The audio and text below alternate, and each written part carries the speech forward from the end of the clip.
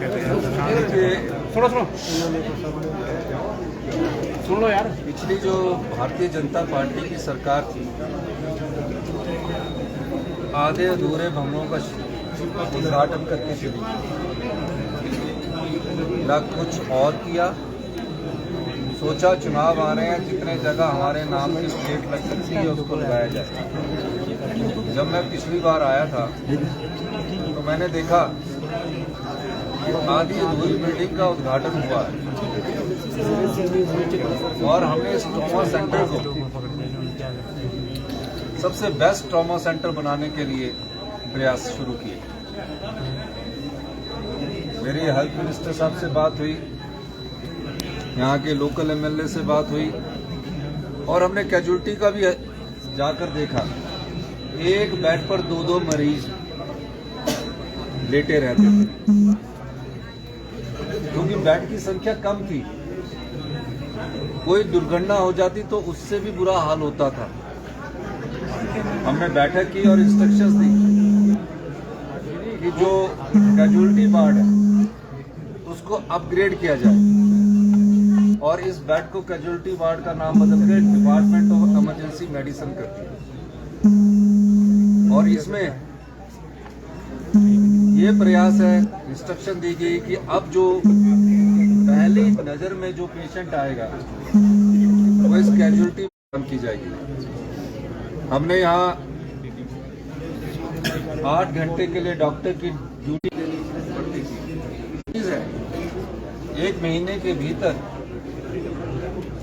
हर 6 patient पर एक staff nurses उसको देखेगी। स्टाफ नर्सिस के कंधों पर बहुत अधिक बोझ था। एक स्टाफ नर्स 12 पेशेंट को देखती थी। अब आप बताइए, जो स्टाफ नर्स 12 पेशेंट को देखती होगी, अगर वो 2-2, 3-3 भी चक्कर लगाए और हर प्रकार से उसकी दर्द को सुने तो भी पूरा दिन 8 घंटे काम करने के बाद भी वो पूरा नहीं हो पाता। इसलिए हमने इस इंदिरा गांधी मेडिकल कॉलेज में 400 स्टाफ नर्सिस के पद स्वीकृत किए हैं, जिसकी टेम्परेरी तौर पर अभी नियुक्तियां कर दी जाएगी 1 महीने के भीतर। दूसरा, अभी मैं पिछले दिनों 2 दिन पहले यहाँ राउंड पर भी आया था। मुझे पता लगा कि रेडियोग्राफर को महज 10,000 रुपये मिलते हैं, लेबोरेटरी टेक्नीशियन को महज 10,000 रुपये मिलते हैं, ओटीए वाले को महज 10,000 रुपये मिलते हैं। अगले बजट से उनके इस 10,000 को दुगना कर दिया जाएगा। ये मैं उनको कहना चाहता हूं, क्योंकि अभी बजट बन चुका है और बजट में हम कई प्रकार के परिवर्तन कर रहे हैं, ताकि जो ओटीए वाले में 3 साल की ट्रेनिंग करने के बाद जो बच्चा हमारा बाहर जाएगा तो उसको कम से कम 20,000 रुपया तो मिले। इस दृष्टि से भी हमारी सरकार ने विचार किया है और आने वाले समय में इन सब चीज़ों को हम अधिक पैसा देकर यहाँ हमारे जो पेशेंट्स हैं उनकी अच्छी देखभाल कर सकें। रेडियोग्राफर्स के पद है, ओटीए के पद है, लेबोरेटरी टेक्नीशियन के पद है, इन सबको देख रहे हैं। और मेरा मानना है कि बड़े मेडिकल कॉलेज में एक अपनी लेबोरेटरी भी होनी चाहिए। अभी उस पर चर्चा चल रही है। जब हमारी पूरी प्रेजेंटेशन होगी तो अपनी एक लैब जब इनकी होती है तो उस पर ज़्यादा ये विश्वास, डॉक्टर्स की राय लेने के बाद, डॉक्टरों की विचार विमर्श करने के बाद हम इस पर आगे बढ़ने की विचार कर सकते हैं।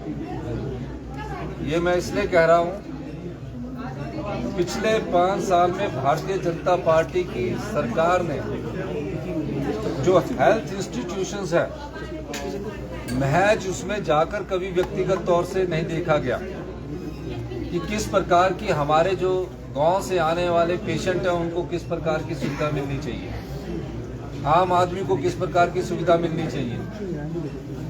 और जिस प्रकार से 5 साल में सभी मेडिकल कॉलेज का बुरा हाल किया भारतीय जनता पार्टी ने, सरकार उन्हें कभी माफ नहीं करेगी और इसमें कोई दो राय नहीं है।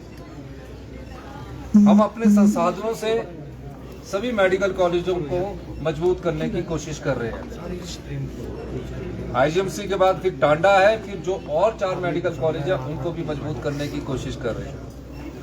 हमारा ये मानना है कि आने वाले समय में हिमाचल प्रदेश में जो मेडिकल कॉलेज 2 हमने अभी पहले स्तर पर प्रथम चरण में लिए हैं, टांडा और IGMC, उसमें एम्स जैसी बेस्ट सुविधाएं मिली। आप देख रहे हैं ना अभी पेशेंट का जो बेड है, और ऊपर अभी कैजुअलिटी में जाके आपने देखना, ये एक सोच की बात होती है।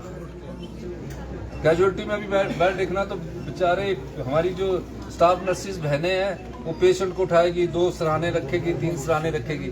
हमने एम्स के मुकाबले के बेड यहाँ अभी लगवाए हैं, और आने वाले सभी मेडिकल कॉलेज में जो भी हमारे पास एम्स लाइक सुविधा होगी वो हिमाचल प्रदेश में, चाहे वो टेक्नोलॉजी के लिहाज से, हम उपलब्ध करवाएंगे। सर, नेता प्रतिपक्ष कह रहे हैं कि केंद्र के द्वारा दिए गए प्रोजेक्ट का उद्घाटन मुख्यमंत्री कर रहे हैं, लेकिन केंद्र का आभार व्यक्त नहीं कर रहे। नेता प्रतिपक्ष तो झूठ के सबसे बड़े सौदागर है, पता नहीं क्या क्या बोलते रहते हैं, नए नए नाम खोजते रहते हैं, जैसे कि झूठ की PhD कर रखी है। इसलिए बीजेपी का नाम बड़ी झूठी पार्टी होना चाहिए। पता नहीं कहां से कभी टॉयलेट टैक्स की बात करते जो कहीं है ही नहीं, कभी बोलते खेल टैक्स है। अब सबसे बड़े झूठे पर झूठ का टैक्स लगना चाहिए। सबसे ज्यादा झूठ अगर किसी ने बोला है तो नेता प्रतिपक्ष ने बोला है। 75 लाख लोग परिवार हिमाचल प्रदेश में रहते, किसी के पास आज टॉयलेट का बिल लिया गया है? और मुझे अफसोस होता है कि देश के प्रधानमंत्री इस बात को बोलते हैं। देश के प्रधानमंत्री जी को जो फीडबैक देते हैं, उन्हें इन फीडबैक में सोचना चाहिए कि किस प्रकार की ये लोग बात कर रहे हैं। हिमाचल प्रदेश की जनता पर आज तक कोई टैक्स नहीं लगा जब से 20 महीने से हमारी सरकार आएगी, लेकिन झूठ ऐसे परोसा जा रहा है जैसे कि सच हो रहा है। सोशल मीडिया भी उसमें ऐसे परोस रहे हैं जैसे कि सच हो रहा है। कभी हमारी आर्थिक स्थिति पर बात कर देते हैं। अगर हम किसी चीज को सही करने की दिशा में व्यवस्था परिवर्तन कर रहे हैं तो उसको ऐसा शो करते हैं कि हमारी स्थिति ऐसी है। अगर हमारी आर्थिक स्थिति ठीक नहीं होती तो ऐसे बेड लगने थे हॉस्पिटल्स में, लेटेस्ट टेक्नोलॉजी आनी थी। तो ये चीजें कहकर वो जनता का ध्यान राजनीतिक तौर पर अपनी ओर आकर्षित करते हैं। हिमाचल प्रदेश की जनता पर किसी प्रकार का कोई टैक्स लगाने की कोई जरूरत नहीं है। हमारे जो इन्वेस्टमेंट ड्रेन हुआ है, जो हमारी संपदा को पिछली भारतीय जनता पार्टी की सरकार ने, जो जनता हिमाचल प्रदेश की जनता की संपदा है उसको लूटा है और लुटाया है, उसको हमारी सरकार ठीक कर रही है और हिमाचल की जनता के हित में फैसले कर रही है। सर, प्रधानमंत्री लगातार महाराष्ट्र में भी इस टॉयलेट टैक्स को प्रचार कर रहे हैं। देश के प्रधानमंत्री हैं, इस प्रकार का प्रचार उन्हें नहीं करना चाहिए। उन्हें जयराम ठाकुर जी को बोलना चाहिए कि आप झूठ की जो मशीन है उनके मुंह में मत डालिए। अच्छा नहीं लगता ऐसा किसी प्रकार का। आप बताइए, है कोई ऐसा लगा? आप ही बताइए। वेयर इज ये शब्द ही मेरे को तो आज ही बड़े बड़े चैनलों में चल पड़ा, पता नहीं क्या। सर, हरियाणा इलेक्शन तरह से प्रचार किया बीजेपी ने, चाहे टॉयलेट टैक्स हो या मस्जिद वाला मामला हो, इससे नुकसान हुआ कांग्रेस को? नहीं, ऐसा नहीं है, ऐसा नहीं है। मैं 2 जगह गया, दोनों जगह कांग्रेस जीती, तो ऐसा नहीं है। बहुत बहुत धन्यवाद। सर, हरियाणा के चुनाव सर अपेक्षापूर्ण रिजल्ट नहीं आया, काफी अपेक्षा थी हरियाणा से, क्या कारण?